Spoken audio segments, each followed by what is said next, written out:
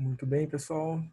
Vamos dar início a uma sequência de vídeos que nós tínhamos comentado no primeiro vídeo dessa playlist sobre análise financeira e econômica, né?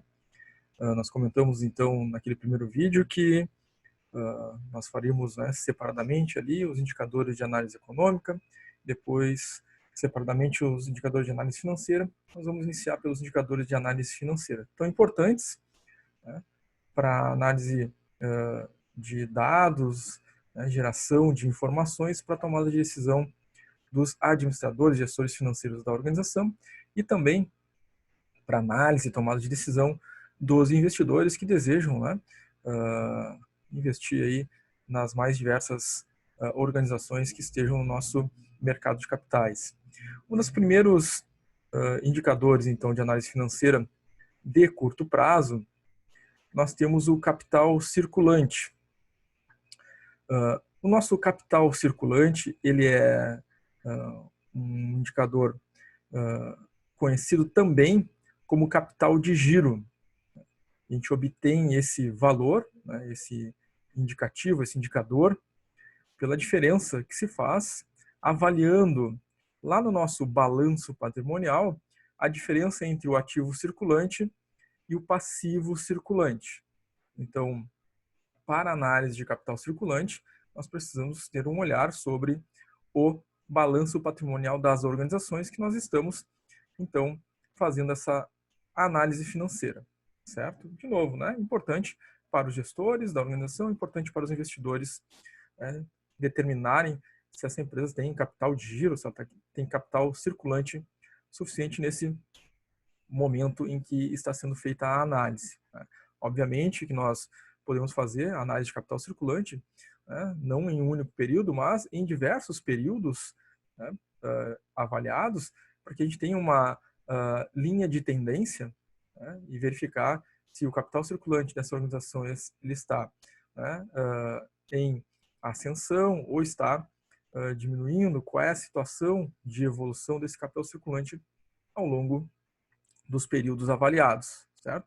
Períodos né, anuais, em geral, né, são bons períodos para que a gente tenha um indicativo, né, de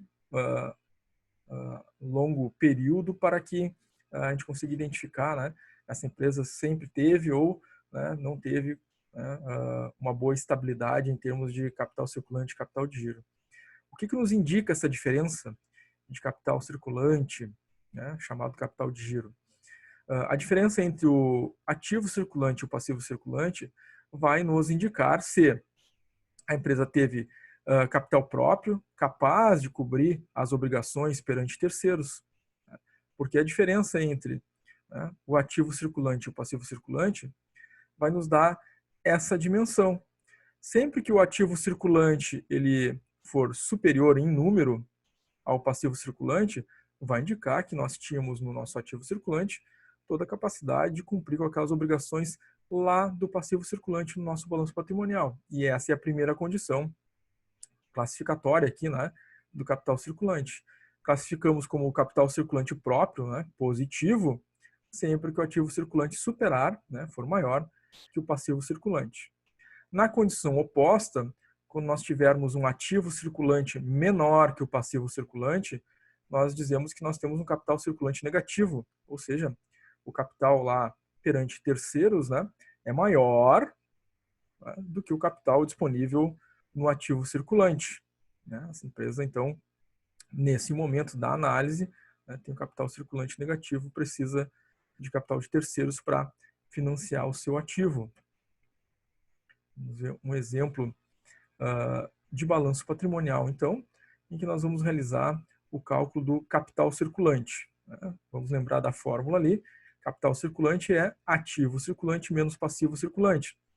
No caso do nosso balanço patrimonial tomado por exemplo, nós temos 3 exercícios sociais. Ano final 1, ano final 2 e ano final 3, aqui no lado do ativo, e ano final 1, ano final 2 e ano final 3, aqui do lado do passivo.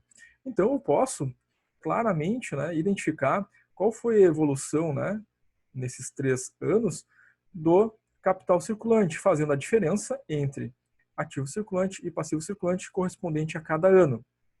Então, o que nós precisamos fazer aqui é tomar o valor do ativo circulante do ano final 1 menos o passivo circulante do ano final 1. E vou ter a realidade do capital circulante, capital de giro, nesse ano.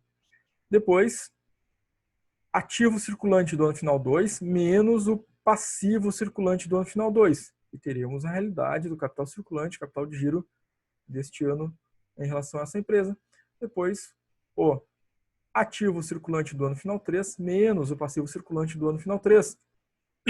Teremos o capital circulante referente ao ano final 3. E aí nós temos uma linha de tendência, né?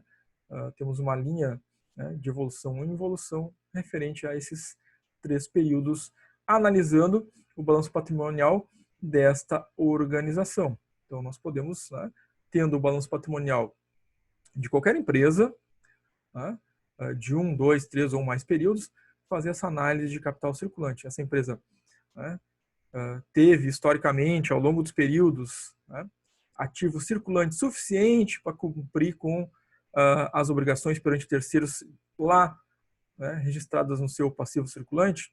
O número capital circulante, capital de giro, é que nos vai indicar isso. Então, temos aqui os cálculos, então, feitos com essa indicação. Capital circulante do ano 1, ano 2 e ano 3. Né? Nós pegamos, portanto, o ativo circulante e o passivo circulante que estavam ali, realizamos a subtração e obtivemos, né, capital circulante no ano final 1, 39.980, capital circulante no ano final 2, 47.976 e capital circulante no ano final 3, 89.977, que nos indica que a empresa, nos 3 anos avaliados, analisados, teve capital circulante positivo, capital de giro positivo, com capacidade de cobrir as obrigações, né, cumprir com as obrigações que essa empresa tinha lá no seu passivo circulante perante terceiros. E, né, indica que ela tem esse número, né, de capital circulante, capital de giro crescente, né, do ano final 1 ao ano final 2, olhando o gráfico, né, um leve acréscimo e depois um acréscimo mais significativo do ano final 2 em relação ao ano final 3. Muito bem, gente. Esse é o primeiro indicador de análise financeira de curto prazo, capital circulante. Certo? Nos demais vídeos, vamos estudar os demais indicadores de análise financeira de curto prazo. Espero que esse vídeo tenha sido esclarecedor a todos vocês. Peço que deixem o seu like, se inscrevam no canal, nos apoiando aí para continuar realizando esse trabalho, né, ao longo aí do tempo. Um abraço a todos, bons estudos, até o próximo vídeo.